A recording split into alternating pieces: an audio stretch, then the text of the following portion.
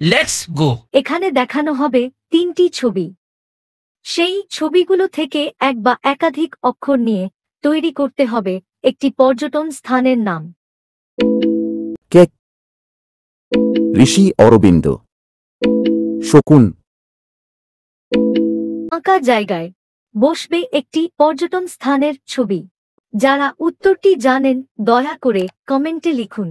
আপনার like, share, comment আমাদের এই ধরনের ধাঁধার ভিডিও তৈরি করতে উৎসাহ দেবে। আপনার সময় শুরু হচ্ছে এখন।